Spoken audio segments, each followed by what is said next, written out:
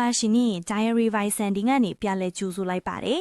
ဒီနေ့မှာတော့မနက်ဖြန်31ရက်နေ့အတွက်ကျမ Diary ထဲမှာတီချာချရေးထားတဲ့အပိုင်တစ်ကွက်နဲ့အဲ့ဒီအကွက်ကိုဘလို့တွက်ထုတ်ရလဲဆိုရဲလျှို့ဝှက်ချက်ကိုအစအဆုံးရှင်းပြပေးသွားမှာမို့ဗီဒီယိုလေးကိုအဆုံးထိကြည့်ပေးဖို့ဖိတ်ခေါ်ပါတယ်ရှင်ဗီဒီယိုလေးမစခင်မှာတခုတော့ပြောချင်ပါတယ်ရှင်ဒီတွက်နည်းဟာတင်ချသဘောတရားအရာတွက်ချက်ထားတဲ့ခံမှန်းချက်တတ်တာဖြစ်ပါတယ်လောင်းကစားကိုအားပေးတိုက်တွန်းတာမဟုတ်ပါဘူးကျမရဲ့ diary ကတွက်နည်းလေးတွေကိုဘဟုတုတအဖြစ်လေ့လာခြင်းသူတွေအတွက်ရည်ရွယ်ပါတယ်ရှင်ကဲအခုဆိုရင် 3D ဝါသနာရှင်တွေအတွက်မနက်ဖြန်မှာအသုံးတဲ့မိတ်ထိတ်လေပိတ်တွက်နည်းကိုအတူတူကြည့်လိုက်ရအောင်ကျမတို့ပထမဆုံးအခြေခံရမှာကပြီးခဲ့တဲ့အပတ်ကထွက်ခဲ့တဲ့ထိတ်ကနန်းတွေပါ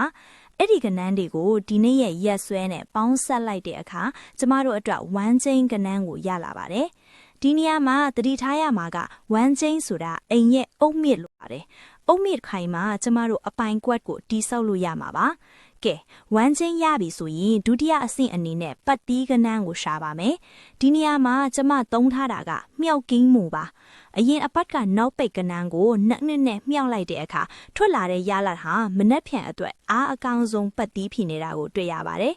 အဆင့်ဆင့်တွက်ချက်ပြီးတဲ့နောက်မှာတော့ကျမရဲ့ diary ထဲမှာအားအကောင်းဆုံးလို့မှတ်သားထားတဲ့မနှက်ဖြန်အတွက်အပိုင်တစ်ကွက်ကတော့3 2 9ပဲဖြစ်ပါတယ်ဘာလို့3နှစ်ကိုဖြစ်ရတာလဲဆိုရင်ထိတ်ခနန်း3ရဲ့အားသာချက်နဲ့ဝမ်းချင်း2နောက်ပိတ်9တို့ရဲ့ပေါင်းစပ်မှုဟာမနှက်ဖြန်နေရက်နဲ့တကယ်ကိုတိုက်ဆိုင်နေလို့ပါပဲအကယ်၍ရန်ကျင်တယ်ဆိုရင်တော့392နဲ့239ကိုပါနည်းနည်းသတိထားကြည့်စေချင်ပါတယ်ရှင်